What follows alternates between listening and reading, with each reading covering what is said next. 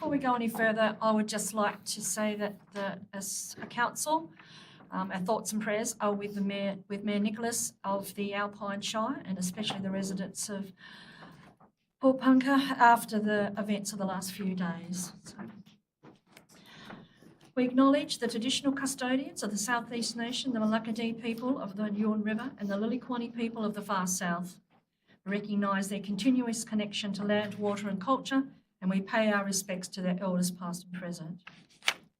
In attendance tonight, we have Deputy Mayor Thorpe, we have Councillor Armstrong, we have Councillor Robertson, we have Councillor Gibson, Councillor O'Neill, Councillor Burgess and Councillor Rozak, and Councillor Jessup will be here a little later. Would you like to introduce your staff, please?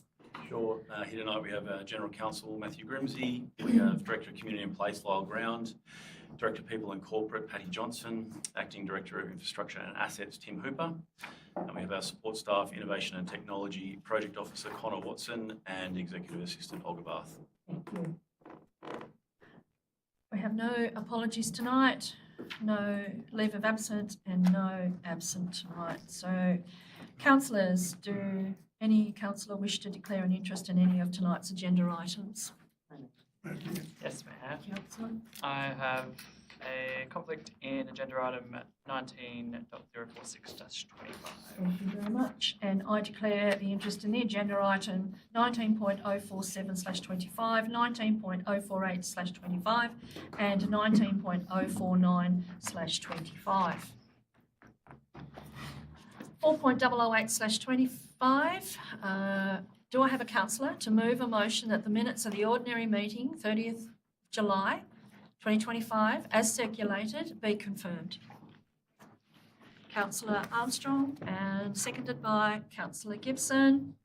Do any councillors wish to make any changes? No. Well, I'll put the motion forward. All those in favour, please raise your hand. It's all councillors present. The motion is carried. We have no legislative items tonight. No urgent matters. 7 is Mayor's announcements, and I'd like to make a couple. First, I'd like to acknowledge that we had a fantastic visit from the Governor, Her Excellency Barbara Baker and Professor Chalmers. The CEO and myself helped to showcase a lot's in the valley, but we went to the Cygnet Scouts, the Cygnet CWA, CTAC. We had a wonderful morning tea at the Cygnet Town Hall provided by the CWA. Then we went to the Trade Training Centre, showed off all the great things that they do there, and then they cooked a delicious lunch. It was very hard to get the Professor away from there. The Governor then visited Yuin Regional Care. Then we met at the She Shed, followed by a meet and greet with our childcare manager, Claire, her workers and children, who progressed to tell the Governor all about dinosaurs, everything he knew, which was great. And then they viewed the plans for our new childcare centre. The visit concluded with a civic reception, also catered by the Trade Training Centre. They do a marvellous job, and yeah, there were some people that welcomed her to the valley, so it was lovely. I'd also like to thank the community tonight for engaging in our very full agenda of community consultation that's been happening. We've had the Cygnet Town Hall Structural Plan, Livability Framework, Community Views and Rural Living Zone study. We've also had thrown in there a waste information session. I also need to acknowledge the staff that have fronted up to all this engagement. Your commitment and dedication doesn't go unnoticed. To the councillors, thank you for your attendance. I know that the staff appreciate having you there. These are all in my diary, but a simple knee surgery did not go to plan. So I apologise for my non-attendance. So again, I thank the residents and staff for being so invested in our local area. I also need to promote that the Yuin Valley, as of a few weeks ago, had put through the container deposit scheme 490,000 items. Yuinville was 420 and Dover was 70. with the whole of Tassie with over 22 million gone through the machines. And these figures are from Tomera, were over 2 weeks ago, so I'm sure the Yuin Valley has collected over $500,000 by now, which is great. Well done to everybody.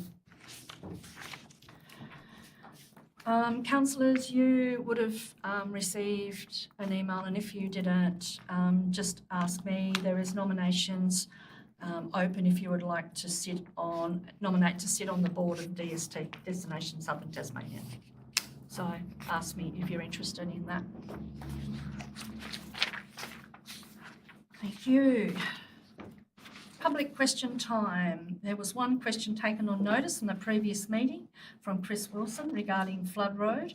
The response is available on the website and will be included in the minutes. There was one question given on notice from Josh Evans regarding the Yuin Valley Council's annual report. The response, again, is on the website and will be included in the minutes. There are 4 questions without notice emailed in for tonight's meeting. They were from Irene Swan regarding Yuin Valley Council's childcare centres and Jenny Canberra-Smith regarding the caravan bylaw and the Hanson's Orchard Opportunity Area. Responses are available on the website and will be included in the minutes. 8.1.3, question without notice. Welcome to public question time. If you have a question, as the chair, I'll ask you to come forward to the lectern and identify yourself by name and the area where you live. To make things fair and equitable, we have a limit of 2 questions per person. We normally allocate 15 minutes for question time. All questions must be directed to me as the chairperson, and I will either answer the question or refer it to the CEO or to councillors or to managers. Debates cannot be entered into. The council cannot make decisions on issues that arise in public question time. Is there anyone that would like to come forward to ask a question? Yes, come forward.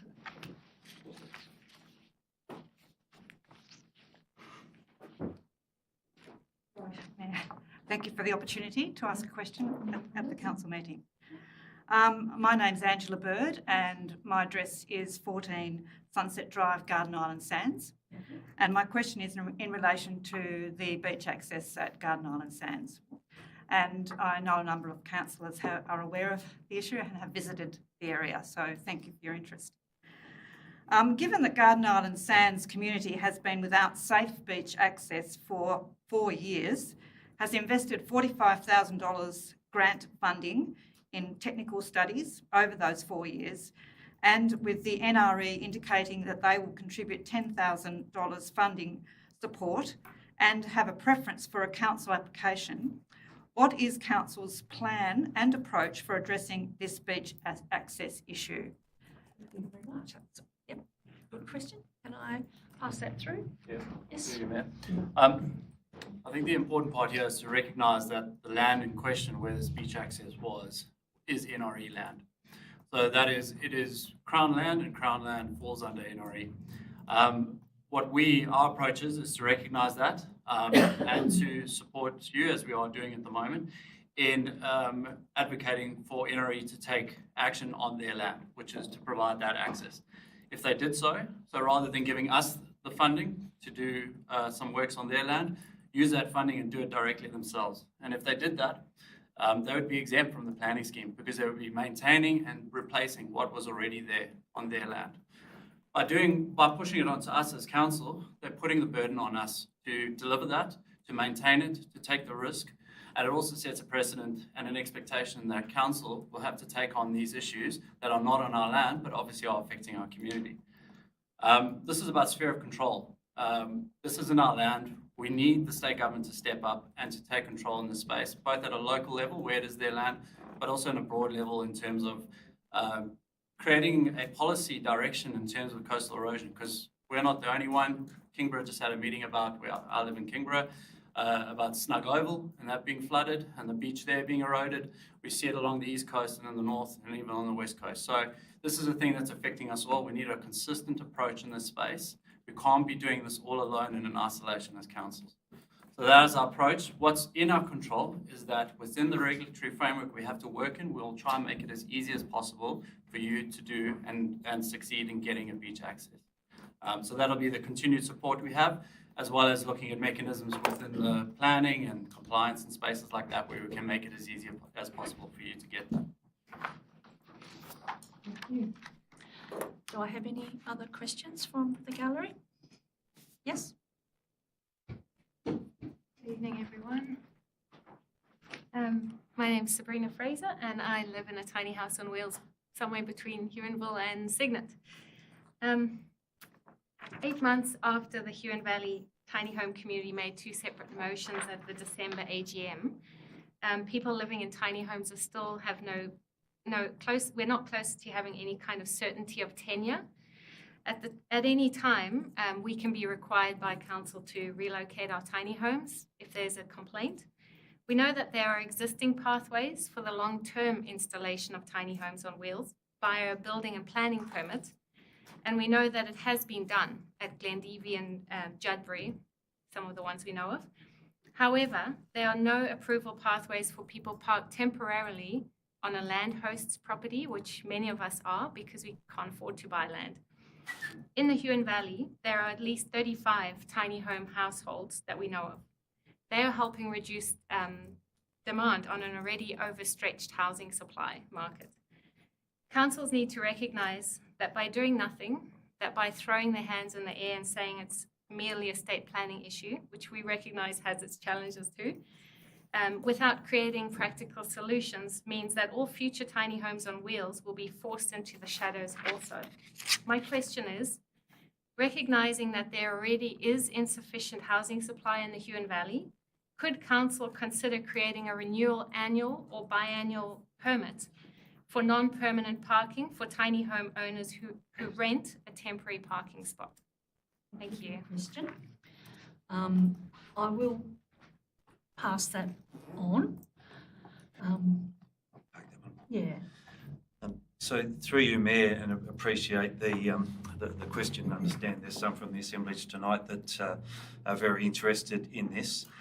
Certainly the discussion that this has been triggered from is in relation to the draft municipal area bylaw, which proposes to abolish what's previously been in the caravan bylaw. Now, it's one thing that's important to understand that caravan bylaw did not facilitate permanent or temporary use of caravans for residential use. Rather, it actually discouraged it. If you look through the zones that the bylaw had, it actually discouraged it in particular zones. Now, tiny homes and caravans in temporary or permanent form are residential use under the planning scheme and must be considered under the scheme as required by the Land Use Planning and Approvals Act. Section 150 of the Local Government Act provides that council must not make a bylaw that is in conflict with any planning scheme in the municipal area. So any bylaw provisions that would purport to provide or allow permission to use or occupy tiny homes or caravans on any property contrary to the scheme would be invalid. So if we gave you an annual permit or whatever provided, that does not give you any surety whatsoever of your ability to occupy a tiny home or caravan, because there could still be that challenge that any person could make in relation to non-compliance with the planning scheme. So what continuation of the bylaw actually would be invalid regulation. Certainly become an extra cost to the people without providing the certainty for it. We have acknowledged the issues that you've raised in relation to tiny homes. This council put up a resolution which was supported by Legat way back in 2022. That was referred by Legat onto the state government. The state planning office at the time were interested in dealing with it. The issue was referred to CBOS, Consumer Business Occupation Services, who regulate the building and that sort of occupation side of things. And that is where we understand the matter has stalled. I think, and I did mention this to one councillor, we do have a particular opportunity with the current Parliament and the makeup of the Parliament with the crossbench to actually have some more active advocacy.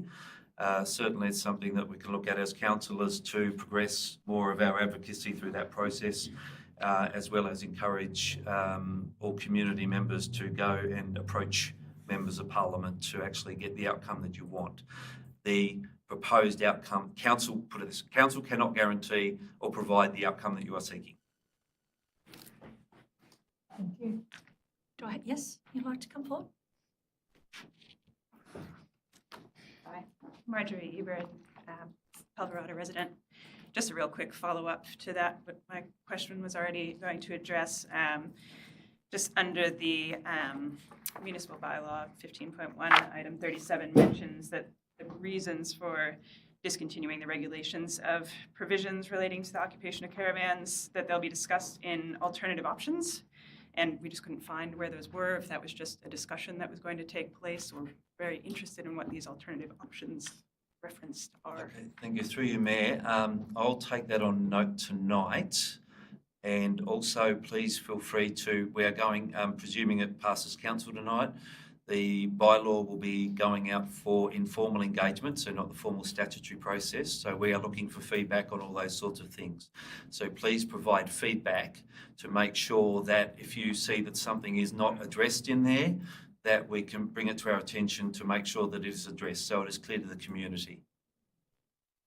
Okay, do I have anybody? Yes?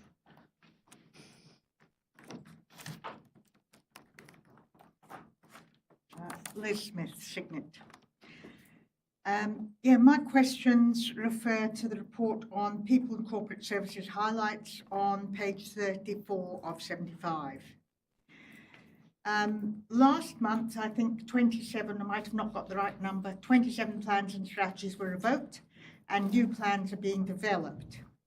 So under People and Safety, below that People and Corporate Services, one of the matters of interest is progression of People Strategy Action Plan.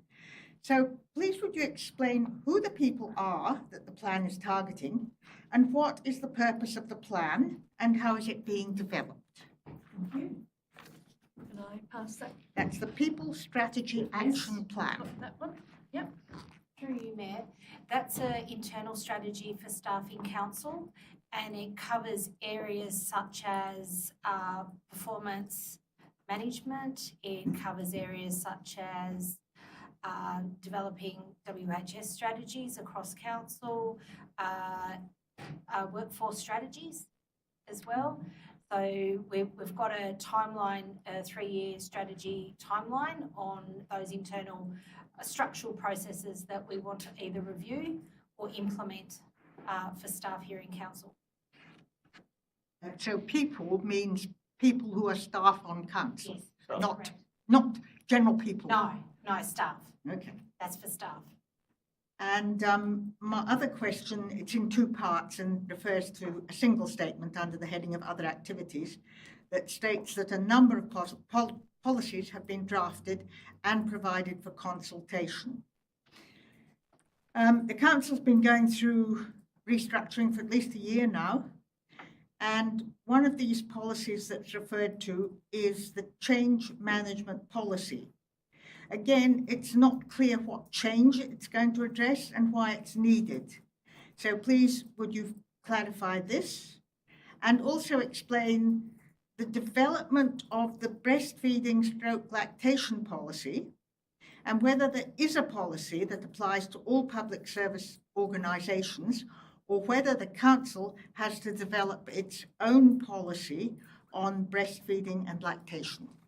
Thank you. Pass that through as well. Oh, through you, Mayor.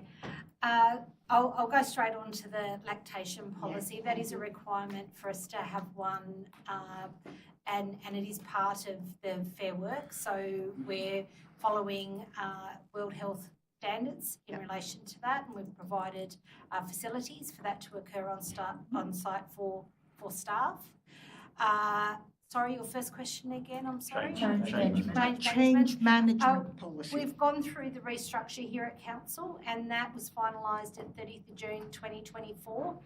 We then undertook an internal audit on the process, and one of the recommendations from that internal audit was to have a formalised policy. So whilst we did follow change management guidelines, which are set by a process of state government, we did follow that.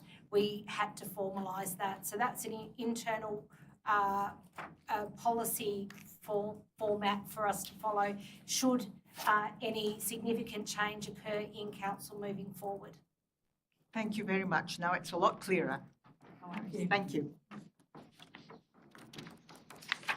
Is there any other question? Yes, you can.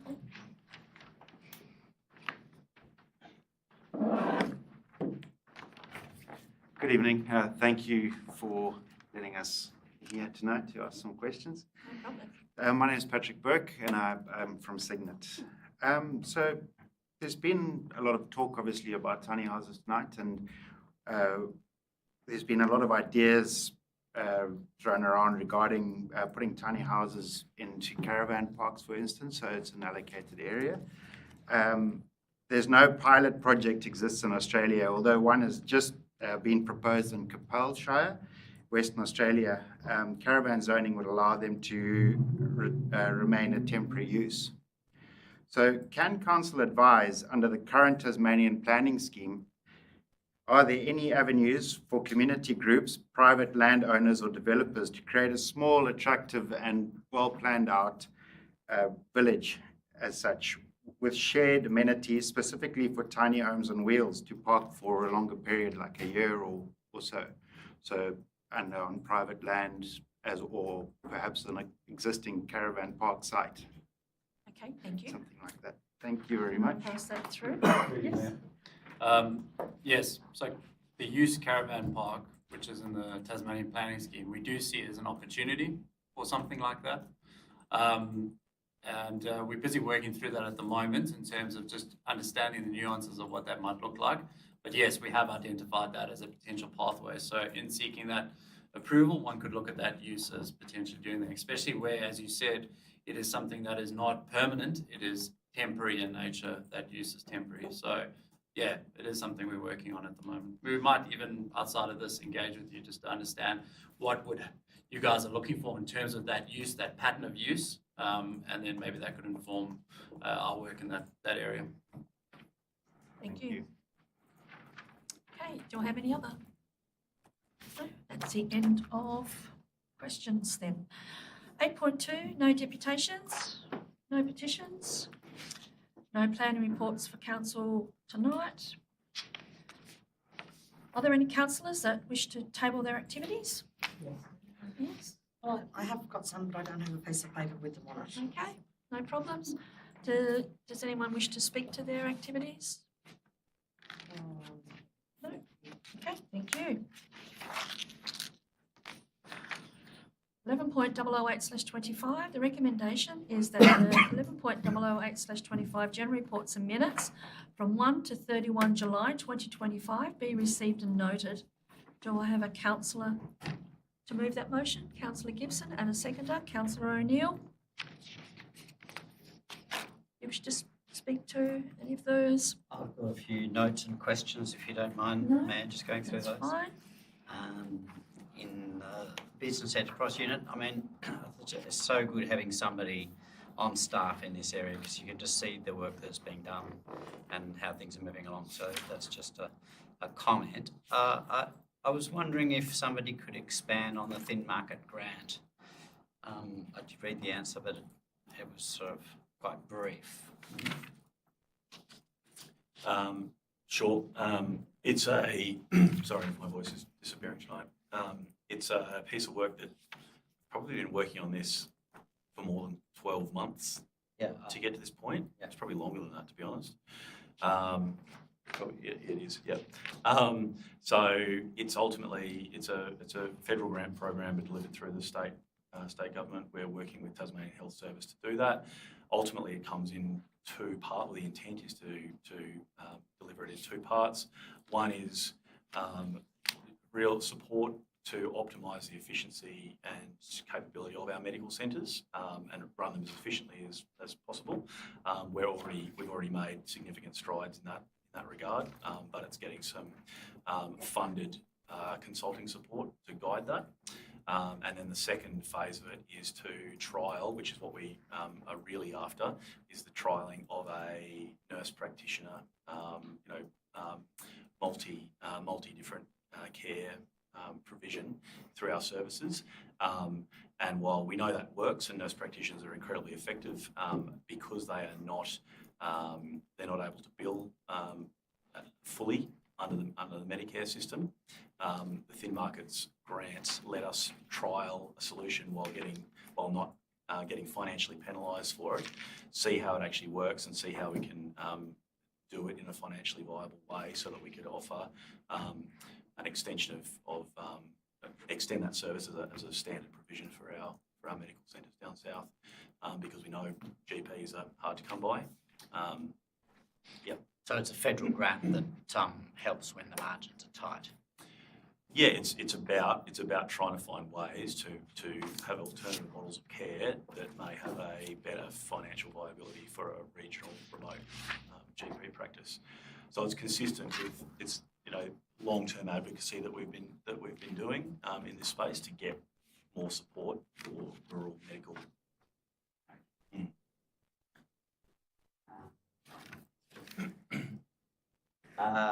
What else?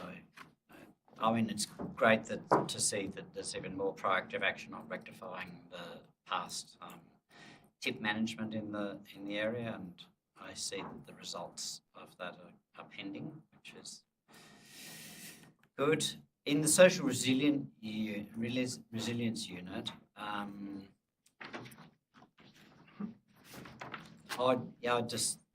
it's good to see that so many local groups are getting behind the whole management structure change, which is just a note on that.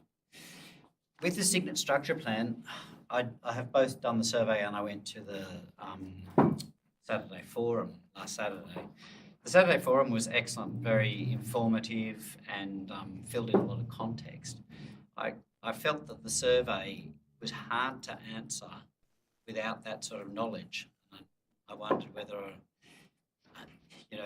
when you sort of weighing these things up, you almost need pictures of things so that you know what you're actually making decisions on. It was quite hard to engage with, actually, the survey. Yeah. But, I don't know if there's anything can be done about that. Sorry. Look, I think that's a fair comment. We've had lots of different. There's lots of different ideas, and we're obviously looking to work out the volume of consultation and the ambition of these structure plans and land use planning work that we're doing. Hasn't really been done down here for ever, a long time. So look, we're learning as we go, and it's the kind of feedback. Well, it's too late for that one. It's an ongoing piece. We're out at the schools with the St James. We were there today, Cygnet Primary School on Friday, to get the kids' views. So we're trying to tailor things and trying to get it right for everyone. Surveys are hard, and it's that missing context that really can be a barrier. So we'll just keep working on trying to optimise it.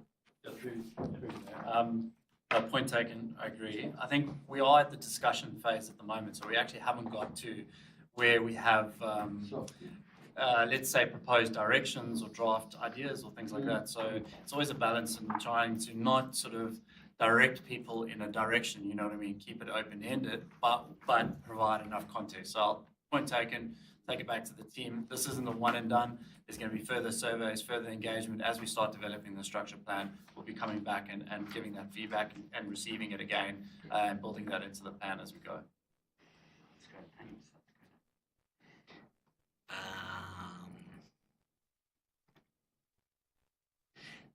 In infrastructure and the capital project highlights, it was mentioned, the Port Huron stormwater upgrade was mentioned.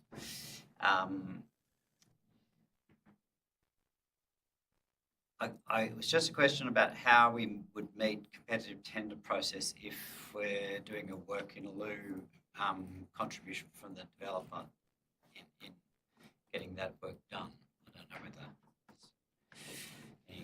Do you want to take that one? Take it on notice. Take it on notice. But usually with these sorts of processes, we'll follow a procurement process. Yeah. Regardless of this one. Yeah.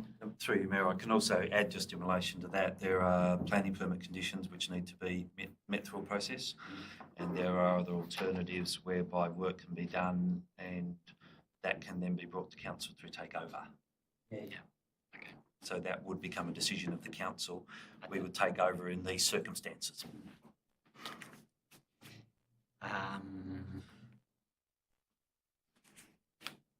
In the quarterly implementation report, there was a question about the old Huon Valley TAS website migrating onto our main website. I assume that link, all the linkages will still be there for people who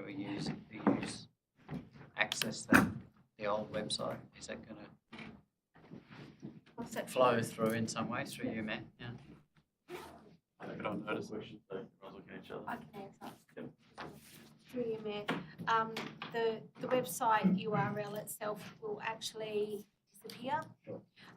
We will hold it so that we make sure that if we ever do need that actual URL moving forward, that we've got it. Content at the moment is looking to be transferred over. Yes, definitely.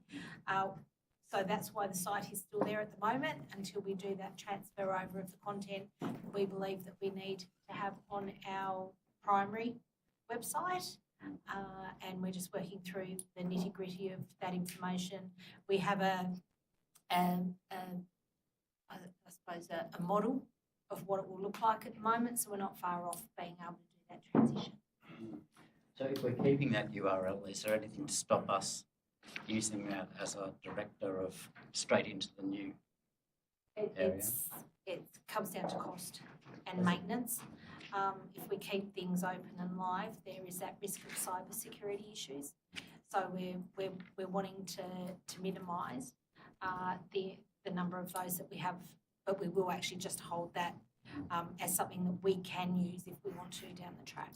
Do we have figures on how many people are actually going onto that website? We do, and that's led us to believe that the usage is more on our main website than what it is on that actual website. And it will be more so when it's shut. Yeah, and when you Google, it also hits the quite Google will low go across. at the moment down the page. So people are actually accessing the information that they're looking for on other sites rather than that actual site. Okay, yeah, thanks. That was all I had. Thanks, Matt. Thank you. Do I have any others from, yes, Councillor, welcome. Councillor Chisholm. Thank you, Mayor. My apologies for my untimely arrival, but you can thank Qantas for that again. So we're on 1.1, I'm told, I think. General reports, yep. Thank you, Mayor. There's some interesting activities that the staff have been involved with. So for example, facilitated service providers network meeting in Geeveston, hosted a future climate scenario workshop with council staff and community members, a learning session on climate adaptation conference that's going to be run, I think. So some of these matters are touching on quite strategic issues, which really is an important part of our role as well. And one of my concerns is that we don't have an active council committee structure anymore. So like the Health and Welfare Committee, the Arts Committee haven't been actively meeting. And I'm just wondering if there's, and just to reassure the staff, I don't want to look over their shoulder at every meeting they have. I'm a bit too busy for that. But I'm wondering with some of these probably more strategic workshops where there is engagement, particularly with the community, like I think intergovernment stuff is probably a bit outside our bailiwick, but certainly when we're working with the community to go through scenarios and workshops, I just wonder if there's any way that councillors maybe could be informed of that and not attend in mass, but be available to attend if anybody is able, because I think that feeds then back into our decision making better, and it shows support for staff. I think that we're interested in what they're doing. Yeah. So I don't know how we fix that, but yeah. I think it's pretty straightforward. Just like the invite to all the structure planning and community consults we're doing just gives councillors some context and invite to a broader spectrum of things that are appropriate to come along to. Just so you know, the Service Providers Network is an ongoing part of the social resilience unit, bringing together all these service providers to really, amongst themselves, understand one another. So there's no strategic directions being made. We're really just that enabler of that wider group. But your points around some of the climate change work that we're doing, by all means, context and invitation to council is not a problem. You must remember it's all part of the livability. Oh, no, absolutely, and it all, because we're trying to put everything into one column now, I think it is useful, but yeah. It's empowering the community, isn't it? Absolutely. I have a couple of others, if I Go for may. We were going to tell you that we'd finished the meeting when you asked to come in. Well, the door was locked, yeah. but unfortunately, our security was great. The cleaner just let me walk in. The Cas Waste garage sale thing. Sale Trail Day. Yeah, it says our regional funding has already been spent. Is that by us or is that by the regional organisation has already spent the money? That I should go through to the. No, it's sitting with me, but I'll have to take that question on notice. Yeah, it's just a comment at the end. I was looking at it because make the best of this, given that regional funding has already been spent. Oh, that was nice. Well, on the garage sale trail, Yeah, I should. but Well, it hasn't started yet. No, so- I know, but they'd have to register, and Yeah. Yeah. So maybe, so I just thought that was amusing. Huron Residential and Commercial Precinct Structure Plan. I note that that's well underway now. Is there a sort of timeline on when we're looking at the next version of the report there? Well, I was itching to answer, I can tell. yeah. Beautiful. Just clarifying, you said Huron structure plan, yeah. Sorry? So we had I was just clarifying which structure plan. Huron, So Huron, not significant. yeah, we had our internal working group meeting yesterday. Where was it yesterday? Yeah, where we workshopped some of the actions. The key now is to actually cost those actions out. So we're busy modelling out. We're looking at our long-term financial plan, our 10-year capital works program, our asset renewal program, and we're actually looking at. And this is where I just want to point out where previously council hasn't done this. This is what we're doing. So we're actually looking at what's being proposed and looking at what our ability to deliver looks like. We're also looking at what our role is in that space. So it's not only us delivering, there's sphere of control, influence, and some stuff that we need to advocate for, such as with other stakeholders, other service providers. So at the moment, that's where we're at. So initially there was hope that we would have a final draft for your consideration as council in a number of weeks' time. But I really want to do, this is the critical part. If we don't get this right, and again we overpromise, underdeliver, we're just going to shoot ourselves in the foot. So at the moment, yeah, a lot of calculations, modelling, working with multiple departments to understand. I'm hoping less than a couple of months. We're looking at about a month to a month and a half, I'd say. Yeah. In between 1 and 2 months. And the last one, sorry, Mayor, for me is Alligator Emergency Management Capability Review of, I'm assuming that's our area. Can councillors get a copy of that report?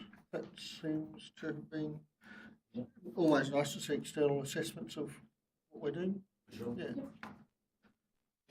And that is it on that topic there. Thank you. Do I have it? Yes, Councillor O'Neill? Just on the Cygnet Township planning, the workshops that were held last Saturday, and it's nobody's fault, but it was unfortunate that they clashed with local sporting finals. So is it possible to reach out to that section of the community to have a bit of input as well on that? So I think that'd be, I'm sure there's time to do that, and yeah, try and get a few views there. Thank you. We do some half-time entertainment this weekend.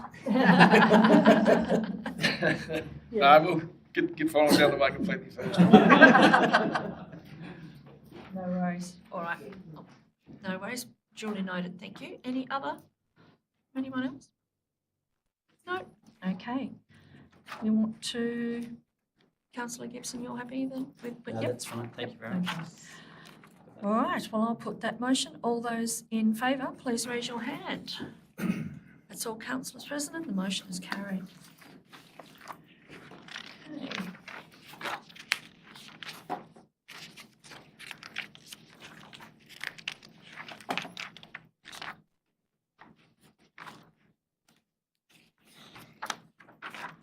Workshops. They're duly noted in the minutes that taken as read. Thank you. Councillor questions. Answer to questions taken on notice. There were 2 questions taken on notice from the July council meeting, from Councillor Amy Robertson regarding the flood preparedness campaign, and from Councillor Mark Jessup regarding the Rural Living Zone Study Survey, and responses have been included in the minutes. There was no councillor questions given on notice. Councillors, are there any questions without notice? Yes, Councillor O'Neill. I'm not going to get an answer to this, but in relation to our views on climate change and flood risk, is there any evidence that we should be more focused on probably bushfire, and should we be prioritising the dangers that most present? From my perspective, I don't think we have the floods we used to have years ago. Now, I don't know if that's, I know people say that. I really feel we don't have the rain we used to have. So should there be a bit more look at the science on which is the most prevalent risk, and accordingly put more resources into one than the, rather than the other? I'm not sure if we've got any particular bias between one or the other. The two of them, certainly in my view, and depending on what particular work we're doing at any one time, but obviously our focus on, from a climate change perspective, is around adaptation. Is around how do we keep our community safe, and how do we retreat, how do we build appropriately, etc. And those two, fire and flood, are the two, and coastal inundation are the ones that are all really on a level pegging for us. That our climate change, infrastructure and emergency management all sort of work together on.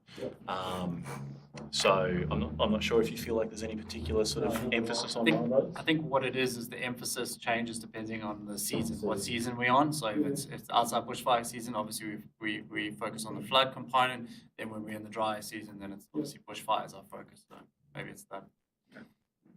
Thank you. Thank you for that. Yes. I have a question, and look, this relates to a little bit of what I was talking to people about at the rural densification workshops, which were really well attended, with not massive numbers of people, but people with really smart questions and thinking about it. And a couple came up with overlays, and my experience of overlays from the LPS process was far less and satisfactory, knowing that many of them are modelled rather than factual. But coming off your question, a number of people mentioned flood overlays, and the ground truthing of what some of the people were talking to the Irene planning about, saying, well, no, that doesn't flood there because that's actually higher than over there, and that overlay. And they were talking about, oh, well, they're all the new overlays. So the question is, who puts those overlays in place, and do we have any A, involvement in signing them off, and B, process for when we hear from the planning process from some ground truthing and people go, no, hang on a minute, that's not right. Where do we go with that? Shit. Sorry, laugh. Yeah. That's a long answer. Well, I'm happy to take it written. It's really interesting. Yeah. It's becoming a more and more complex problem, and we rely on suitably qualified advice. We get our own engineering work done. Infrastructure's done a whole bunch of its own flood modelling. So we put our own flood modelling over? No, in certain urban areas we're doing it to really plan for our own infrastructure, and also we want to put that out so that developers and property owners have a basis on which to plan from. But then as a planning authority, we're also routinely receiving expert advice from hydraulic engineers, etc., who...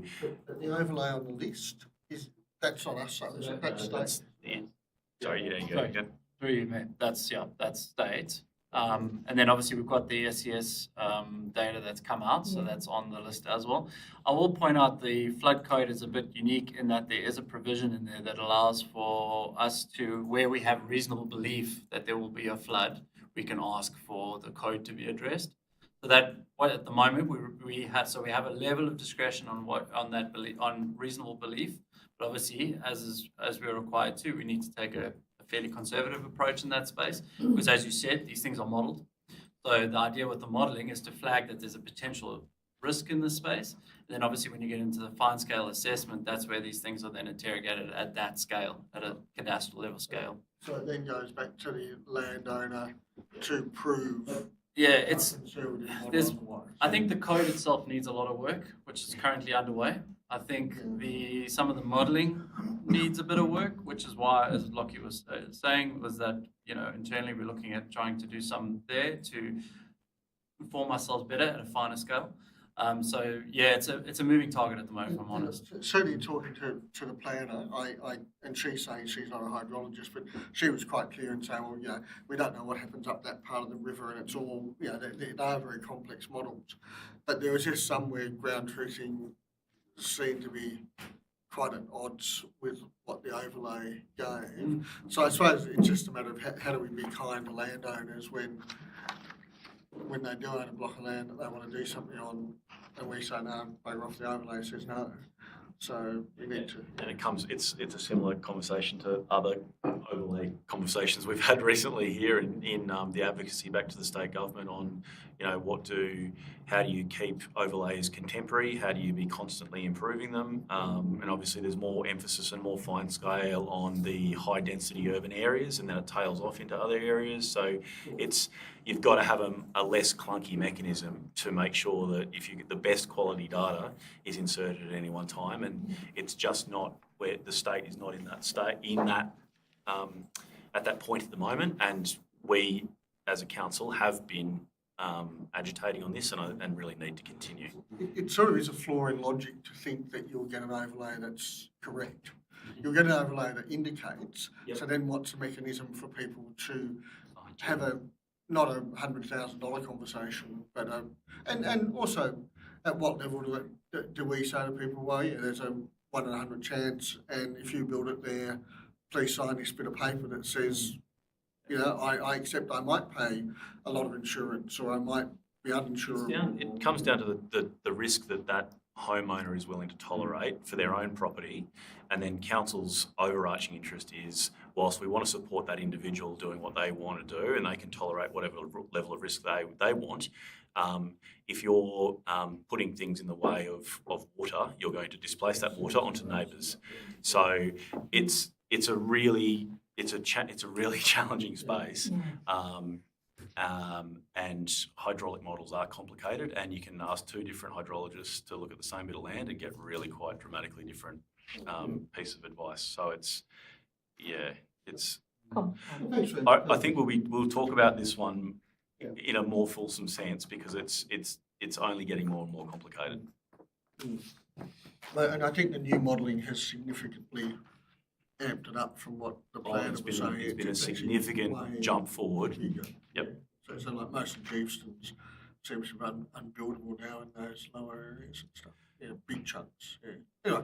Anyway, thank you for your answer. That was scary. That was almost. That was like taking off again. No problems. Any other councillors?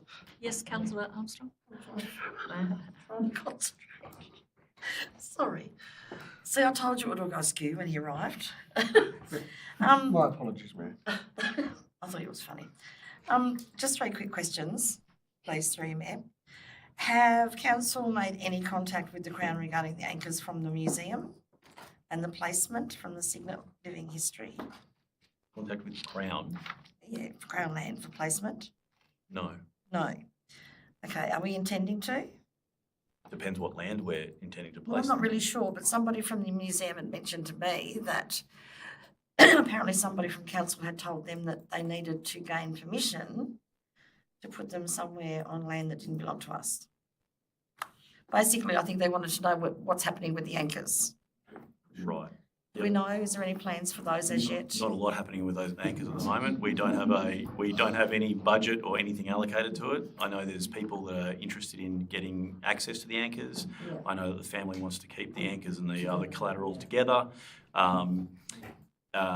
It's not as simple as just picking them up and plonking them somewhere. I'm sure. There's risk stuff Yes. and all the rest of it. So if they are determined when we actually go look at it, if it's determined that Crown land is the best place to put it, we'd have to get Crown consent. And at that time, yes, we'd seek Crown's consent. But at the moment, yeah, no, there's just a... So I sort of thought there must have been a conversation I'd missed somewhere surrounding that. Not a No. conversation I'm aware of. I don't know Excellent, if you thank guys you. are. It would be lovely to see if one of them could get down to the Dover RSL, because they have some lovely stuff except for their anchor, which is a bit embarrassing. I don't know if the family would be happy with that, but Yeah. But there's the other big anchor that you can look at Dover, isn't there? There's other- So your next question is? Sorry, you've got me digressed again, you see. The landslip at Wattle Grove, has that been repaired as yet? Are you up to date on that one? Yeah, we've acting director here tonight, so I'll take that on notice. But no, it's not yet complete, but I don't know at what stage it's currently up to. I think it hasn't progressed very much. That's been going on for a long time now, hasn't it? It's like the Southport slip. Yeah. Very complex, Yeah. relatively low traffic road, and a lot of money to spend to rectify that. Is there a concern that it might slip further? No, but it's a concern that whatever repairs we do, what guarantee on those repairs not slipping? So, yeah, it's I wish I hadn't asked this question now. unstable soil Yeah, and it's roads up there that were never actually constructed. So they've there's tunnel erosion, etc. It's given away, and hence it's been under traffic light monitoring. We have had geotech survey, etc. done, and really these things come down to getting an engineer to actually provide a solution that they will sign off on that is affordable and is going to stand the test of time. And if you can't get that, what's Plan B look like? Yeah, because I was just, there was some slightly envious Signet people because they read online that another place in Tasmania had theirs fixed recently, and I think we're going to get ours fixed anytime soon, but perhaps not. That's the Lyle Highway, and that was under a reduced lane for a long time. So the Lyle Highway is a higher priority than Wattle Grove Road, unfortunately. Oh, you think? Yeah, but that's just the That's reality. not- yeah, Yep. that's right. But I'm sure that if Not in our minds, it's not. No, but it's still all of these things. It's the roads that people use to access their homes. We don't take that lightly, but we also don't have literally millions of dollars to fix some of these roads, especially when you can't get any guarantee that it won't just happen in 12 months' time again. Okay, so third question, thank you. Another road, which is probably more of a what if than has been. So on my leisurely drive here, after I'd finished work today, I decided I'd take the coast road. Be worried about that coast road. The coast has really eroded quite significantly, hasn't it? The bit up against I haven't been that way for a while. Near Fossil Beach, you're talking about? No, the whole drive around the coast road into Craddock. So I came down to Silver Hill and then went that way. I mean, the tide was high as well. But in places, there isn't very much verge left of the road before the water's there. What happens if that road washes away, and who's actually responsible for that? Because we own the road, but we don't own the waterline, do we? These are the real climate change discussions around retreating from coastal areas. And I know that, I mean, it's an access road to places, John. I can see where there's been temporary concreting and whatnot put around there, I suppose, to stabilise banks and things. Well, why didn't they just build the road higher? I mean, really, is it? Your relatives. I had nothing to do with it. Nothing. Not. Okay, just a little bit, but not really. But you know, I sort of think to myself, why did they just go so low with the road? Like that was just. On the contours. Yeah, that's right. Follow the easiest way. Because that really concerns me, that road now. I sort of hadn't really had a proper good look at that. Probably got a few. It's not the only road in Yes. the. No, it's not, but it's just the one I travelled on. And because the tide was high, it was almost in line with the road. And I kind of thought this is going to be a problem in a few years or less. We have state road, yes. I can actually, it's funny, this week, Infrastructure and Climate got together, we're talking about Signet Coast Road, because there's a couple of points in there which are particularly Yeah. at risk.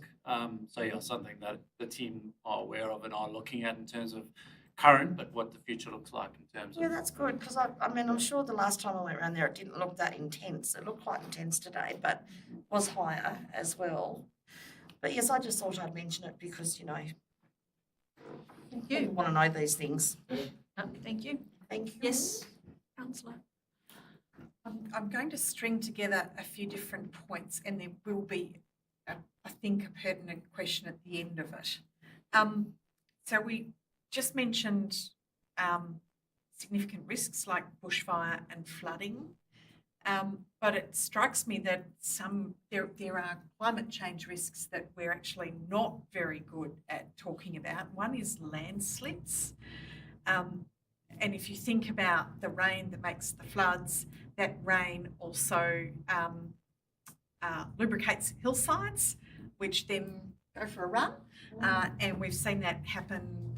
We're talking about Kingfisher Beach Road at Southport, which incidentally has a low risk overlay for coastal erosion hazard and landslide risk. So that's how great our state overlays are. So landslips are actually a really big issue, and I think there was one up Judd's Creek, the top of Judd's Creek Valley, fairly recently as well. But things like biosecurity, and I note the comment on deer strategy in the activities reports, operational report. So we don't have fire ants in Tasmania yet, but one day there may well be something. So landslip biosecurity and stormwater in terms of, maybe this question needs to happen with the policy discussion later, but what happens with that output? So, and the point from Councillor Jessup about we don't actually have very active committee structures, I guess as a council, are we happy that we are strategically engaged enough with those risk considerations, that consideration of risk? We have an audit committee with a couple of councillor members on that, and they do look at risk as part of their scope. But there's the question. So how am I trying to pull that question together? Are we across those risk elements well enough, or is there something different we should be doing to improve how across those we are? I mean, to me, like, I think that we get, I suppose it's up to you to ask some questions, but we do have the departments that are working really hard, and we can see from reports that they're meeting and they're working. So are you saying that you, like Councillor Jessup said, that you want to be more involved in that, or?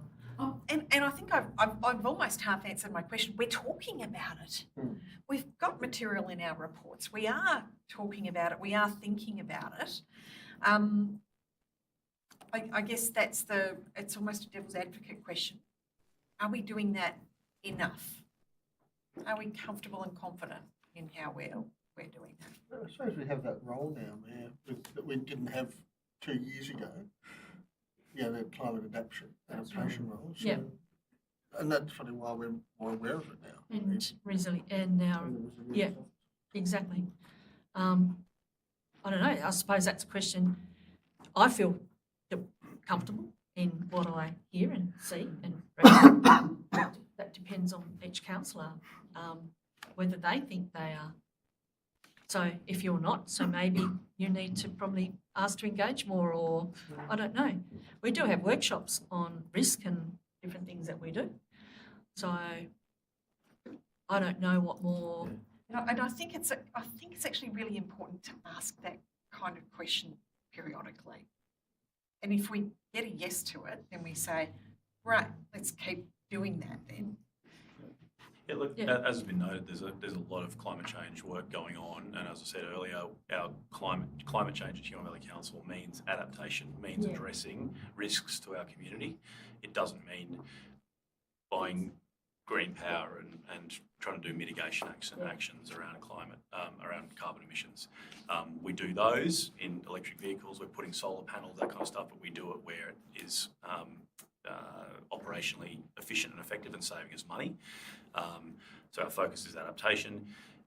I think what really you're asking for is a check-in on is that actually affecting the risk, and the best way to do that, if councils want to do that, is to have a workshop on it where we just go, we have a climate risk workshop, look at the work that we have actually been doing, and answer the exact question that you're asking, which is, are we doing enough? So that's, if councils want to do that, then that's where I'd start.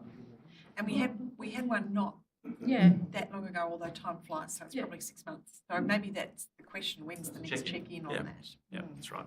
It's part of the budgeting cycle to some extent. That's, Shitload of money. Yeah, that's right. Whatever we do, it's going to be a lot of money.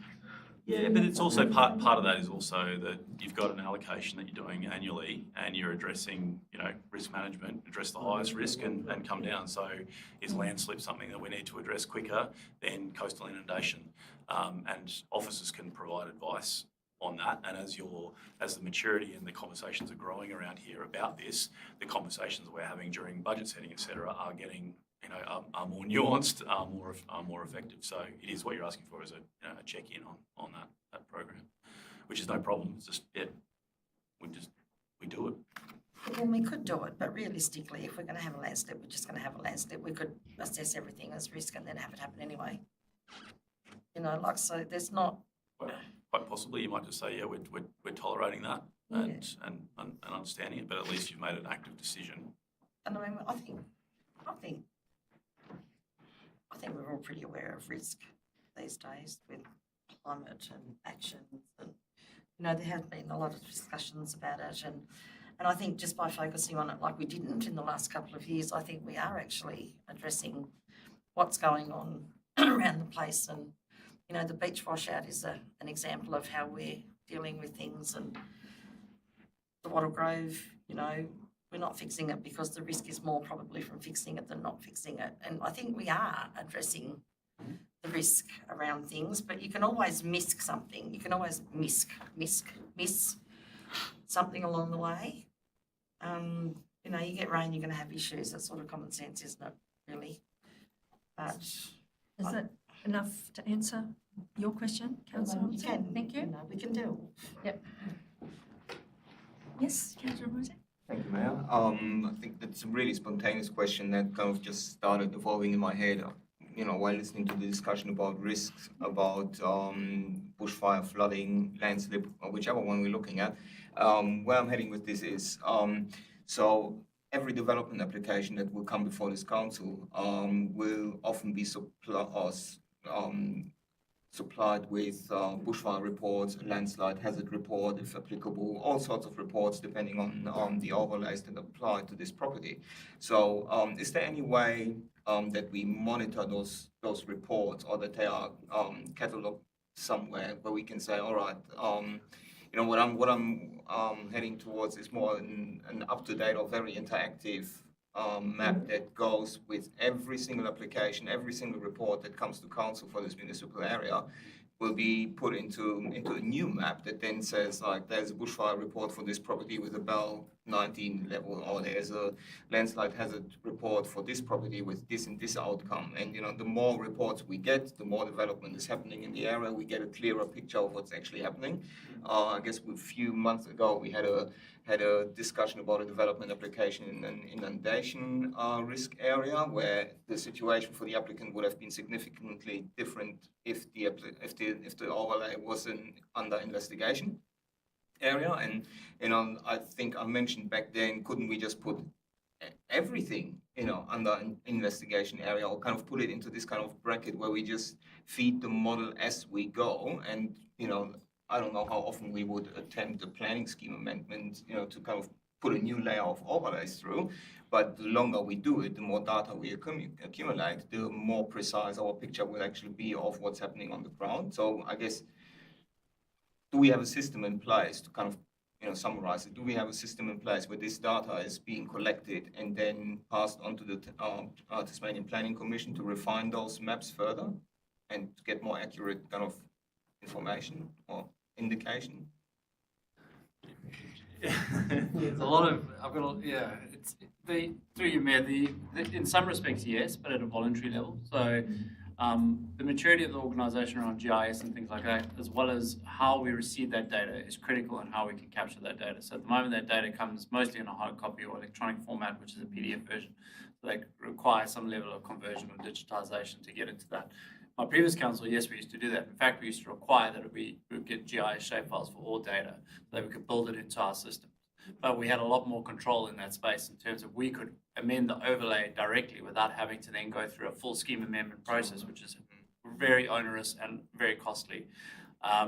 So it's something we do. So the Natural Values Atlas is a means for which, from the natural values perspective, one can put their data on there. And we certainly, as a council, as much as we can with consent, we put into that, because that obviously informs some of the output. But the others, not at this stage. It is something that we're looking at, but it requires quite a really mature system in that space. And we also need people to assist us when they're submitting things to submit in the correct data format so that we can incorporate it. So it's a bit complex. What I will say is, in the bushfire space, landslip and the others, there's been I can call it a policy decision from at the state level, where a lot of those codes are actually not applicable for the most part. So anything that is classified under the Building Act 2016 is immediately exempt anyway. So we're actually not at a planning stage. They're pushing it down into the building stage. So at a planning stage, we're not actually looking at that stuff anymore. So whereas under the interim scheme, we were looking at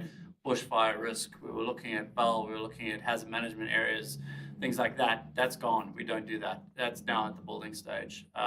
So principally led by, directed by the direct determinations and building surveyors leading that with obviously specialist input. Yeah, thanks. Does that make it simpler for people by pushing it down to the code? Does that? Good question. Will the architects tell So them? it's funny, we had a person that asked us, please can you assess us against that code? There was a code they were exempt from. And we asked them why. You're exempt. Why do you want us to assess you against a code?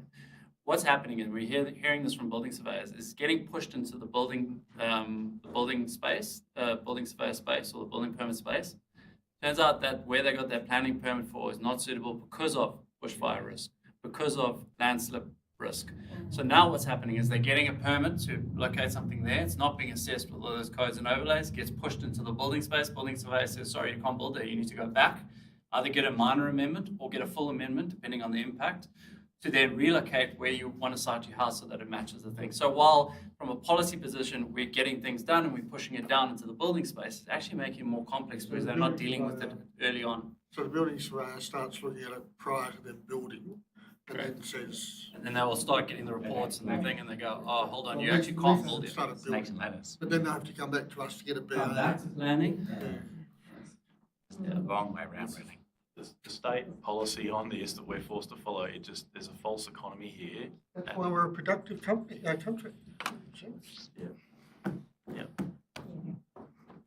There's all the stuff that we're advocating on to just, get real with, have a customer focus. Customer wants an outcome. It's not about whether it's in planning or building or whatever else. There's unavoidable work that needs to be done. Just get it as streamlined as possible. But we don't make, that's a surveying decision, so we almost need to get the surveyor involved pre-planning to work with them to say, Yeah, but Put a you warning need in. an applicant that understands the complicated system, because it can look like for someone that's, people are often just interacting once with the planning scheme. They build their home and then they're done. They're not routine things. So they're not sophisticated. They don't understand it. And so for them, it feels like, oh, God, if I don't have to talk to council about all this stuff, I won't, because I've heard that council's a pain in the arse. And then they skip along, they get their permit, and There's then many other pains in the arse that will follow us. yeah, and then it just building compounds. surveys. It compounds things. So yeah, I'm just going to excuse myself again for just a second. No problems. I just, on the climate change conversation, I was going to say that the strategic planning that we're doing is absolutely key to managing this into the future. And the fact that we funded that, I think, is really important. Okay, do I have any other questions? No, there's no motions, and yeah. We'll go on to 15.1, proposed Huon Valley Municipal Area Bylaw, report number 15.031/25. I refer the council to the recommendation of this report. Do I have a councillor to move the motion, please?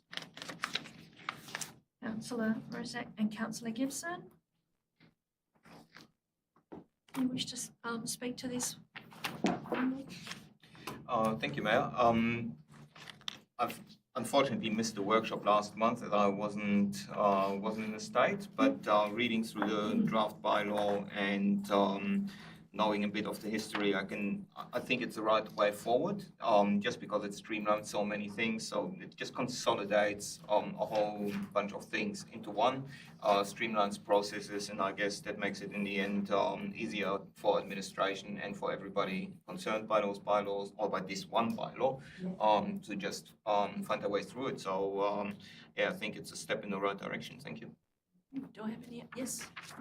I have one question, and it's probably already been answered from the public question time, but also just noting the public commentary of this.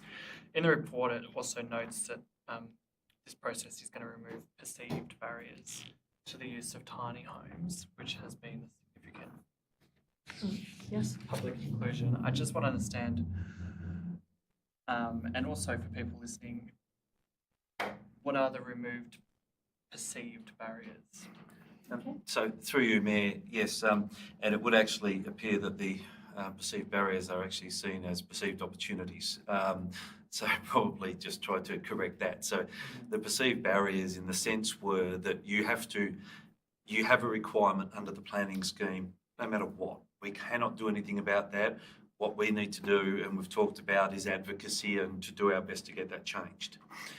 Getting a permit on top of that is just an unnecessary and extra barrier. Some of the provisions in the current caravan bylaw are contrary to the planning scheme because they restrict you from occupying a tiny home or something in a residential area. So the bylaw is actually a barrier.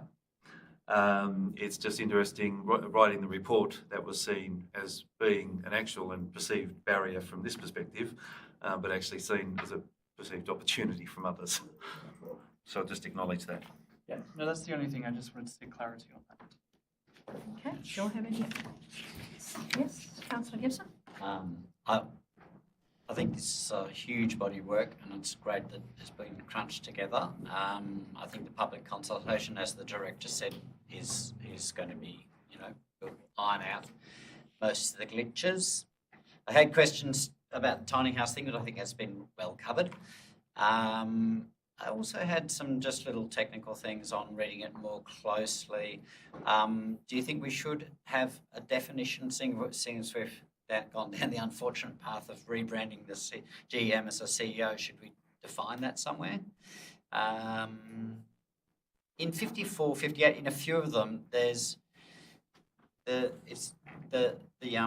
subparagraphs are linked with or, where that doesn't really make sense to me. So, for example, in 58, person with an area providing, it's about curbside collection, who is entitled to receive curbside collection must store the garbage bin, and then it says or keep the garbage bin in good repair or clean and disinfect.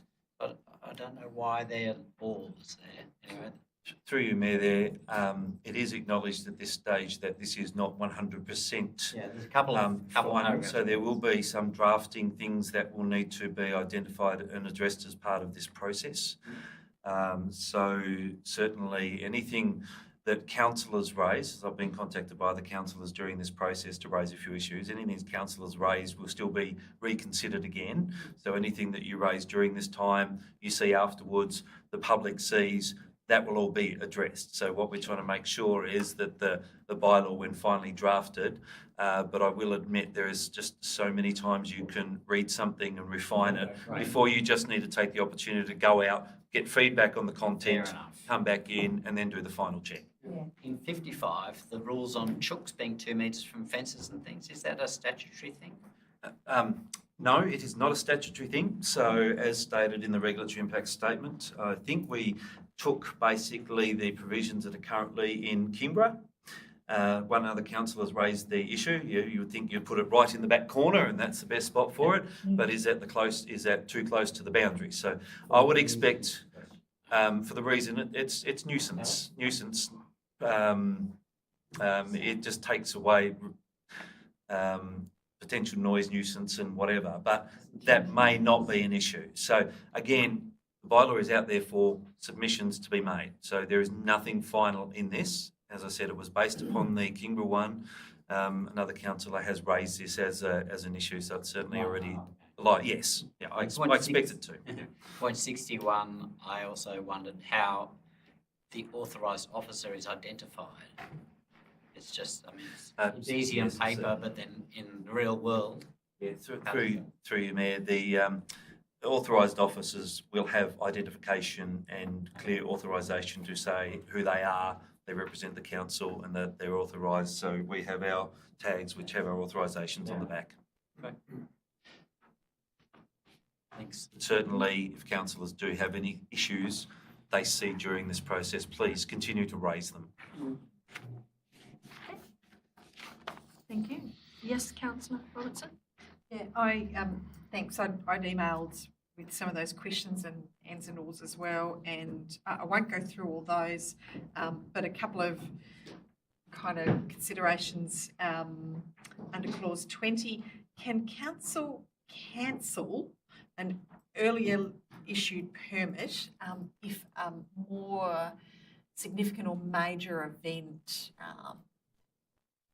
is potentially scheduled later? So they Fred books a 60th birthday party on a date, and then several months later we discover it's the Mona weekend or something to do with Cygnet Folk Festival or something. Can council cancel the smaller event permit in favour of a bigger event? Sort of an equity question. Through you, Mayor, not under the clause that's currently drafted. Okay. The provisions there are if the permit holder is convicted of an offence, any offence involving a breach of public order, commits an offence against the bylaw or breaches of conditions of the permit, or just fails to comply with the permit. Nothing in the clause prevents or prohibits the General Manager from cancelling a permit if it's required to exercise the intended exercise of any local government functions, powers, rights or duties by the council. But there's no power built in there to say you're more important than the 60th birthday party. Great. I had a question. Should residential area definitions include the local business zone? And looking, for example, in central Geeveston, that local business zone comprises a decent part of the middle of town.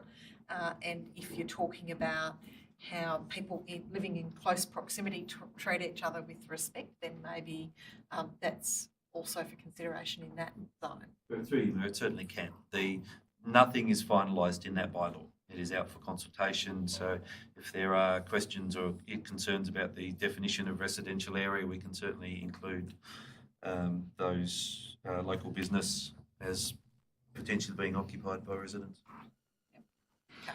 Okay. Do we have any other? Councillor Rozak, have you got any? Thank you, Mayor. All right. Well, I'll put that recommendation report forward. All those in favour, please raise your hand. That's all, councillors. Motion is carried. 15.2, Development of Common Seal Policy, report number 15.032/25. We'll refer the councillors to the recommendation of this report. Do I councillor to move the motion, please? Councillor Jessup and a seconder. Councillor Thorpe. Councillor Jessup, do you wish to speak to this? Not a lot, Mayor. I think it's just that the seal's a strange, antiquated legal tool that nobody quite knows what it's for anymore. But some documents actually require it, and I think this just clarifies who can apply it in an appropriate way, and it's just more efficient. Thank you. Thank you. Any other councillors have? No? Okay. All right. When I first looked at it, I thought, why are we talking about animals? before I The seal policy I had to keep reading, I thought, why have we got a policy on seals? I thought, oh, Risk why not? management. I just had a blonde moment, it was okay. All right. Thank you. Why are we talking about Okay, seals? bye-bye. All right, so councillor Jessup, do you, yep. Can you get an electronic seal? So you can just do it. Through you, Mayor, yes. So we are actually, not the swimming seals, but we are actually looking at being able to electronically apply the seal. At the moment, we have... It's an updated seal, you don't need wax anymore. We have a very old... No, it's not. No, ours is an imprint seal. Oh, It's a... Handle. The cheap rubber one that I took. Yes. So we are looking at having that as an official electronic seal as well, which will allow us to have more electronic signatures of documents. Okay, No, so, nothing else for no. me. Okay, well, I'll put that recommendation forward. All those in favour, please Raise raise it, your pedal. hand. That's all councillors. Recommendation carried. Review of the Stormwater Management Policy for Development, report number 15.033/25. Refer the councillors to the recommendation. Do I have a councillor move a motion, please? Councillor Gibson and a seconder. Councillor Rozak. Councillor Gibson, do you wish to speak to this? It all looks good. I had a few small questions on more detailed reading after the workshop. I couldn't find a definition for the acronym AEP, so I had to look it up. The annual exceeding probability, but maybe that should be in the glossary with a bit of a description. At the end of 3.2.2, it mentions how supportive council is about tanks, and I wondered whether we should sort of flesh this out a bit with a proper full paragraph about water sensitive urban design, including fire retention systems, treatment, wetlands, green roofs, swales, minimising land surface and porous paving, all of those things, which are all stormwater issues. Why are we supporting only tanks?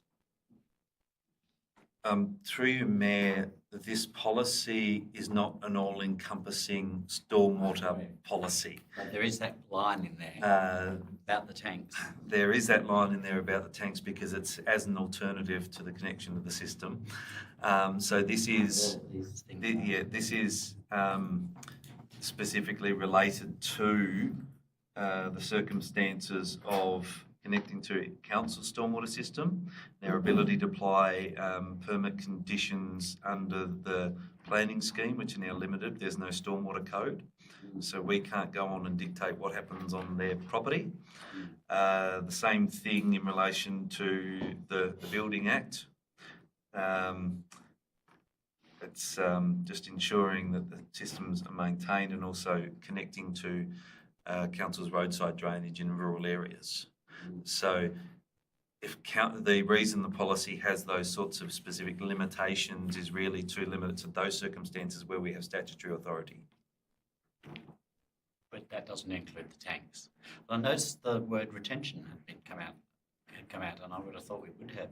Can you just refer to the particular clause again? It's 3.2.2. Yes, so tank is used in the context of volumetric control.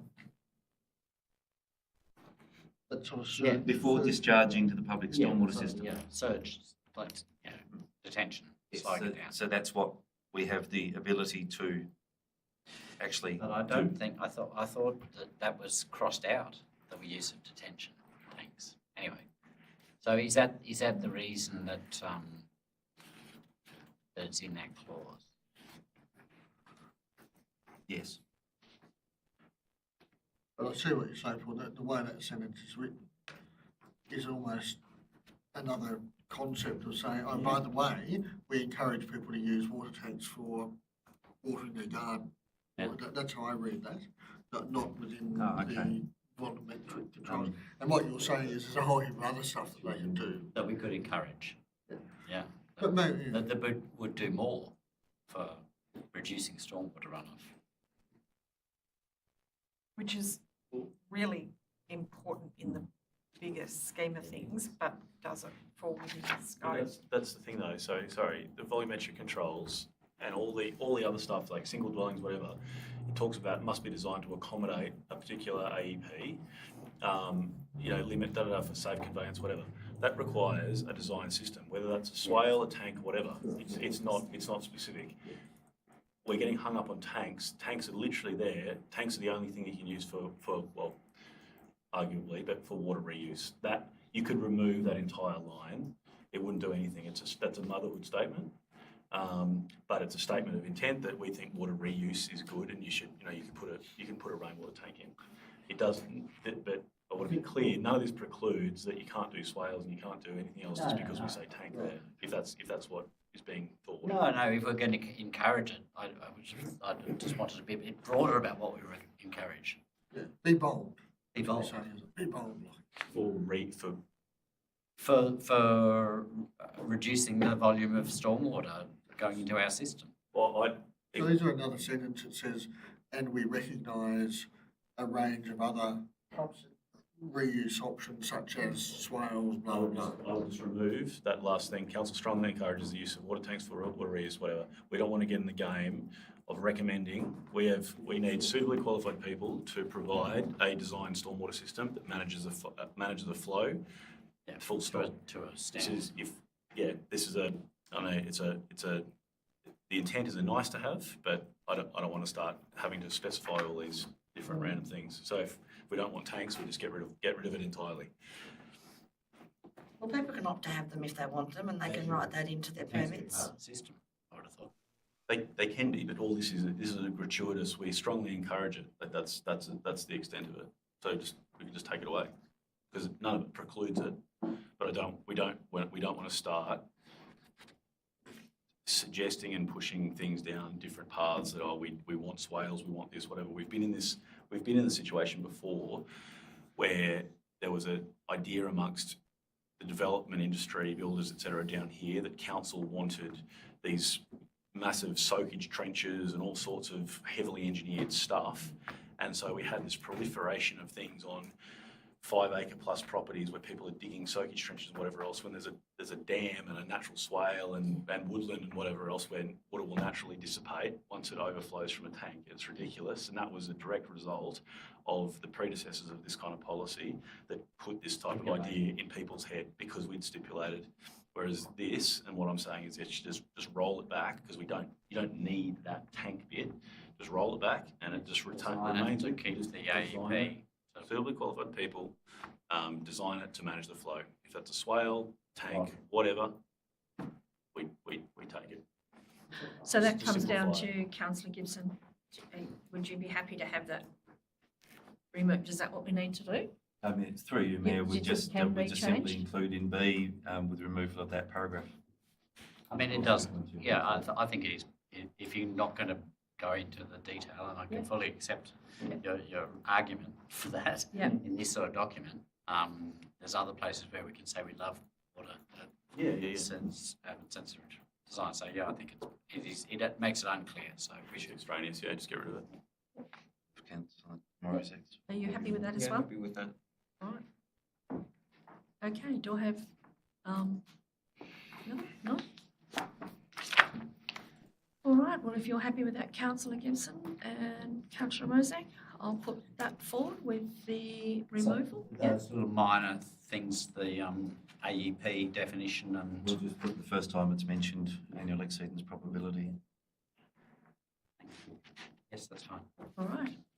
And we can adjust this, hang on, before we vote. This can be added to and adjusted after the. Is this We can just note visible that you're- again? Oh, it's visible at any time. Yeah, that's what I sort of thought. So it's not, Bring it on next council meeting if for some reason Get you up want as to. best we can as we go through. Yeah, cool, thank It's you. not a biggie. Or otherwise another 5 years, oh no, 4 years. Yeah. Yep. No, thank you. Okay. All right. Okay. With those amendments, are we happy to pass the recommendation? All those in favour, please raise your hand. That's all councillors. The motion is carried.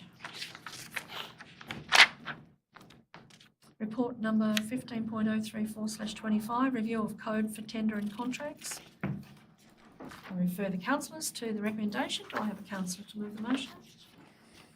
Councillor Gibson and seconder, Councillor Mozak. Councillor Gibson. This is all looking pretty good too. In the workshop, I asked how we can have a mechanism to bring the decision up to council to use this process, when it's, because there was the clause, and I couldn't find it on rereading of this.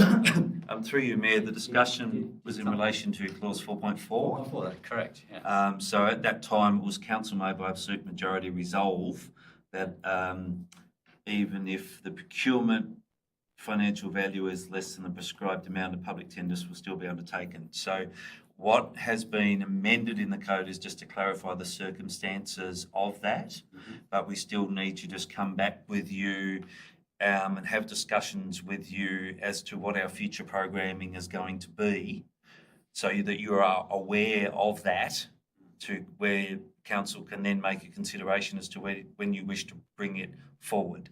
So the code allows for this to happen. It's the mechanism as to how these things go before council, which is outside the code. I see, so we don't need to put it in the code. Don't need to put it in the code. It's about how we do our forward asset management planning, new assets and so forth. Fair enough. What did I have here? 5.1. So what did I say? If this is the case, a report will be brought to council outlining the procurement and reasons for not following the tender process. That's right. I just wondered whether we should add that in. What was 5.1?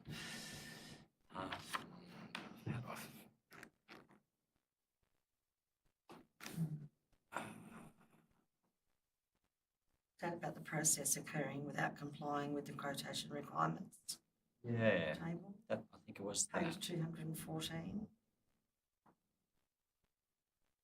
Can occur without complying, yeah. The procurement process can apply without complying for a number of reasons, but all sound quite reasonable. I just thought that if any of those were triggered, with the current CEO, I think that we would be warned of these things, but the next CEO might just go rogue on us. So,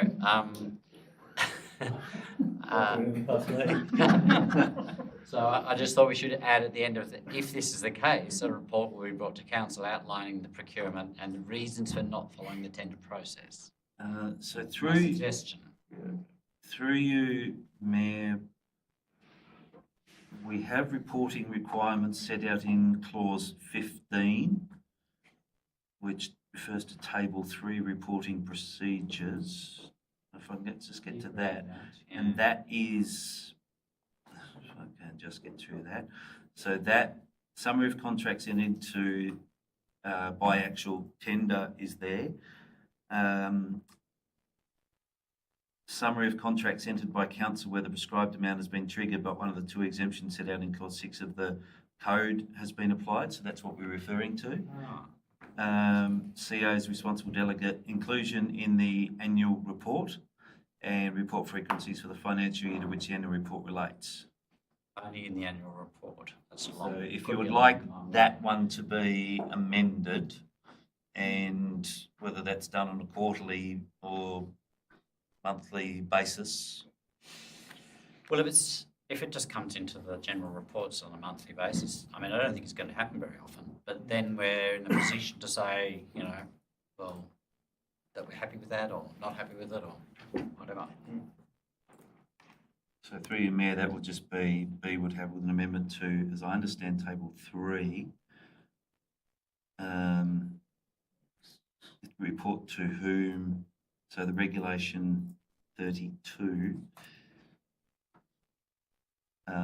with a report to whom will be council, inclusion in the annual report and in the monthly operational report. Is that what you? There you go. You are talking about 15.2B, right? No. Where No. are you? So 15.2B is the ones where we've acknowledged that we haven't complied. Yep. So that reporting. This is the reporting where we have an exemption.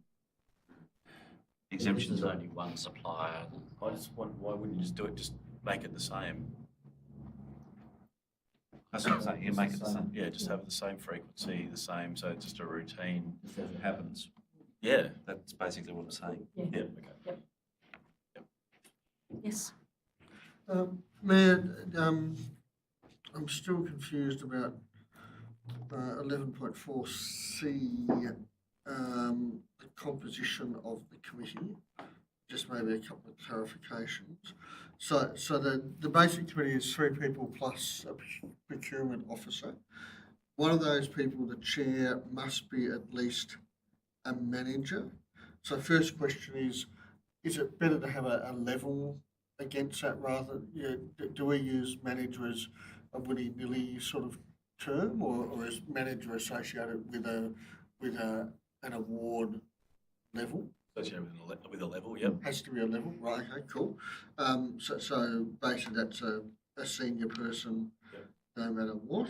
And there's also been, through the restructure, there was a level of benchmarking and standardisation and sort of core competencies as well to achieve So that. all managers are roughly Yep. the same. Good. Then there's at least one person who's a technical expert, however we define that. So then the one that really is still doing my head in a bit is point 3II, point 7. A service provider or external person may be invited by the Chief Executive Officer or responsible delegate to join the evaluation committee, having expertise subject to blah, blah. So is that person a voting member? And if they are, can that be specified? If they're not, can it be specified in an advisory capacity? Just so we know what that person is. And it still worries me that it's, like if we don't have another technical officer, but Hobart City has one, this would almost suggest that you couldn't invite that person to be one of our 3 council staff on the committee, because a service provider external person, we'd have to invite them in as an external person. And I'm just, we don't necessarily, we might have people who have had a lot of relationships with the contractors locally, so we might say, well, let's get a works manager from Hobart in as a breath of fresh air sort of thing. So it was more just sort of there. But the 2 questions is, do we sometimes want to have a voting member of the panel not from here? First question. And then the second question is, I still don't quite know if that service provider is there in an advisory capacity or a voting capacity. Through you, Mayor, just as a member of the evaluation committee, it's as a voting member. So then you'd have 4 voting members. Yep. Cool. I don't know if you want to loosen up your councillor role to say a council officer from Huon or with the CEO's delegation, another council area. So that's 11.6 VI. So at least one of the evaluation panel members shall be a council officer or Officer of a council. officer of a council. Yeah. and then it goes on as a technical expert or have professional familiarity. I mean, you could just limit it to should be a technical expert, and that way, we, 9.9 times we're going to get one of our technical officers or another council's technical officer, but it also doesn't limit us in the case where we've just got some amazing thing, we just go and get an engineer or whatever. Yep. That way, is that reasonable to you? It then guys? sort of conflicts with Not really. IV2, where at least 2 other council officers, because the other council officers could be other officers of other councils, so there is a flexibility there. It just, I'm aware that we've got a relatively small workforce, and if you're not careful, your whole works department are going to be sitting on the tenders for stuff. Yeah, and that's what we in the workshop we talked about as well. Some of these are really, there's people just repeatedly being on some of these things that don't feel like they're adding a lot of value, and that's not ideal. So I think it's good practice to even have partnerships with people like Derwent Valley or someone where we do swap those roles occasionally, and with technology and stuff now you can do Zoom meetings and all that sort of shit. So life's a very different world now. It's the same as what we've been doing with recruitment as well. Yeah. Yes. Same. So I'm totally up for it. So the intent is completely supported. Yeah. Yep.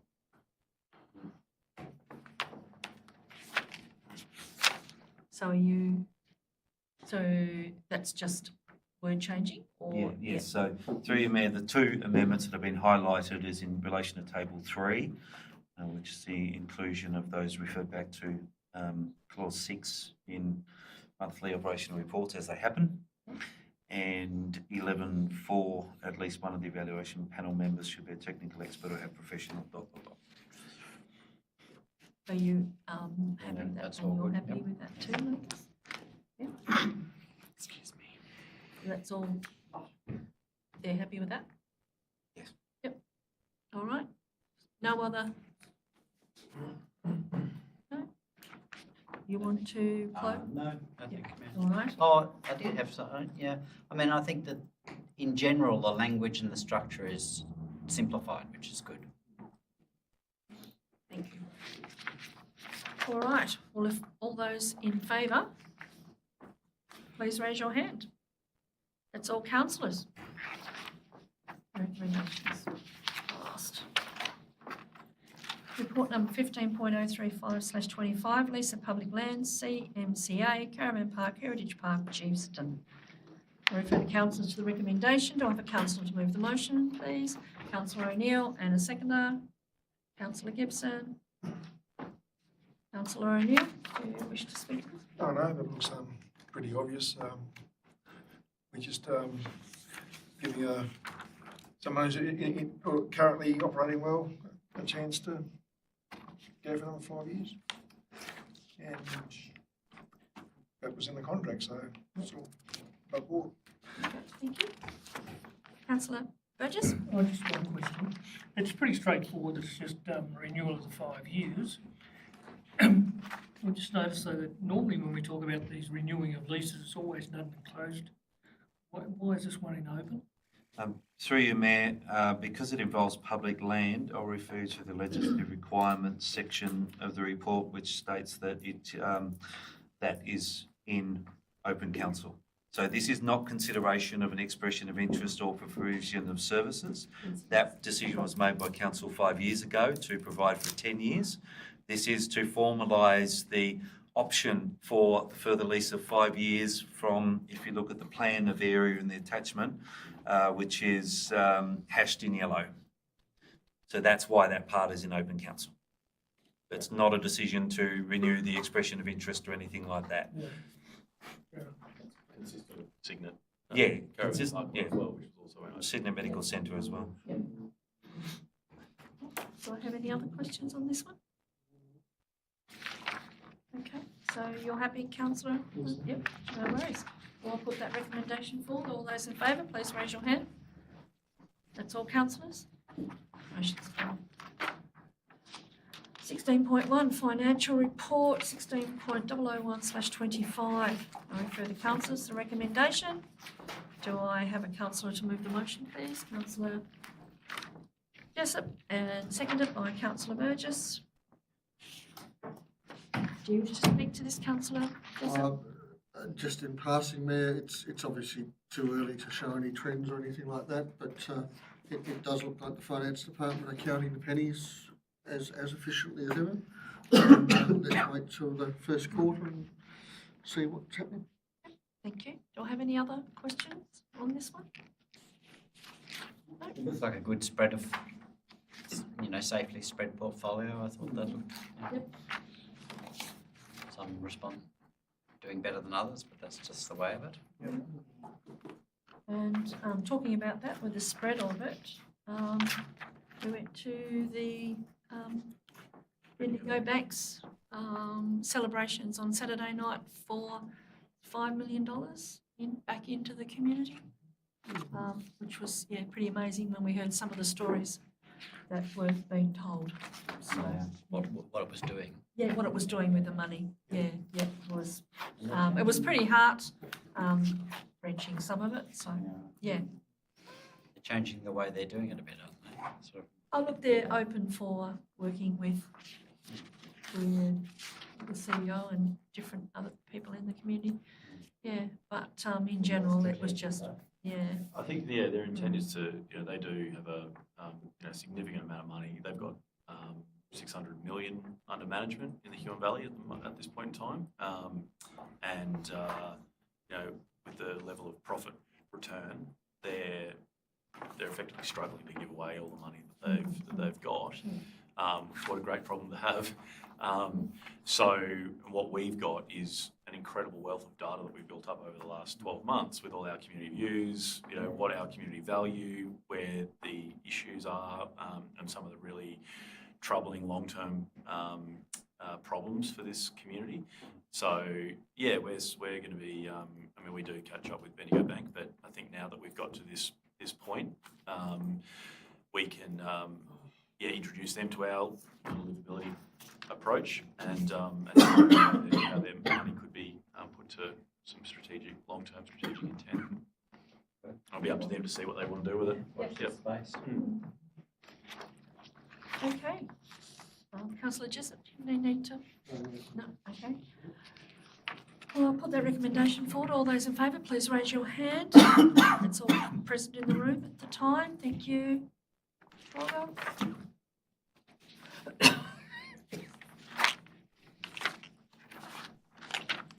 Okay, report number 18.008/25, Recreational Water Quality Annual Report 2025. Refer councillors to the recommendation. Do I have a councillor move the motion? Councillor Robertson and Councillor Armstrong. Councillor Robertson, do you wish to speak to this motion? No, okay. Do I have any other people wishing to speak to this? It was interesting to read a bit about the Hastings Caves waters, the difficulty they have controlling there. And it makes total sense. I know there was that glitch in January 25, was it, where things got a little bit close to the mark, but it seemed to be. It's good to be monitoring. I don't think he's going to get back in. Sorry, just wait for a moment. Yeah, so no, there's Much easier in our pools, really. Right, yes. You can see the results every time there. Yeah, that's correct. Do I have any other comments on that report? Councillor Robertson, you got no closing on that? Okay. I put that forward. All those in favour, please raise your hand. That's all present at due. I don't even know what we're voting on, so I'm just abstaining. Yeah. That's just recreational water. Testing. Thank you. That's all present. Report number 18.009/25, Annual Food Safety Report. Refer to the recommendation. Do I have any councillor to move that? Councillor, I've got heaps of hands. Councillor Robinson and Councillor Jessup. Do you wish to speak to this one, Councillor Robinson? No, I appreciate that it's a comprehensive report. Thank you. Do I have any other comments on this one? Yes? Yes? I just noticed that in the numbers of the report, there was a number of complaints, but then the data said that there had been no actions taken on those complaints. I'm not sure if that's a mistake in the report or if we're actually not acting on the complaints that we received. I think it's probably supposed to say formal action, but no, we do follow up complaints, but usually in the informal manner to check in on that. I took it that they had, but they found nothing to. Yeah. Yes. Right, so it's just that there was no. There was no that required us to take formal action. Yeah. Okay, so that, yeah, it just reads that we've taken no action on the complaints. Point taken, and we will be better next time. No foundation for the complaint. Yeah. Yeah. All right, do I have any others? No? Okay, Councillor Robinson? No? Okay, I'll put that recommendation forward. All those in favour, please raise your hand. That's all present. The motion is carried. We're about to move into closed council, so I'd like to say thank you to the ones that were in the gallery and asked their questions, but they've left, but that's fine. And for those that are watching from home, the recommendation is that the meeting now be closed to the public at 7:51 p.m. pursuant to Regulation 17 of the Meeting Procedures Regulations to discuss the following matters. Do I have a councillor to move a motion to go into closed? Councillor Gibson, and a seconder, Councillor Jessup. All those in favour, please raise your hand. That's all councillors. I advise that in accordance with Huon Valley Council's audio recording of council meeting policy, recording of the open session of the meeting ceased at 7:52 p.m. Thank you.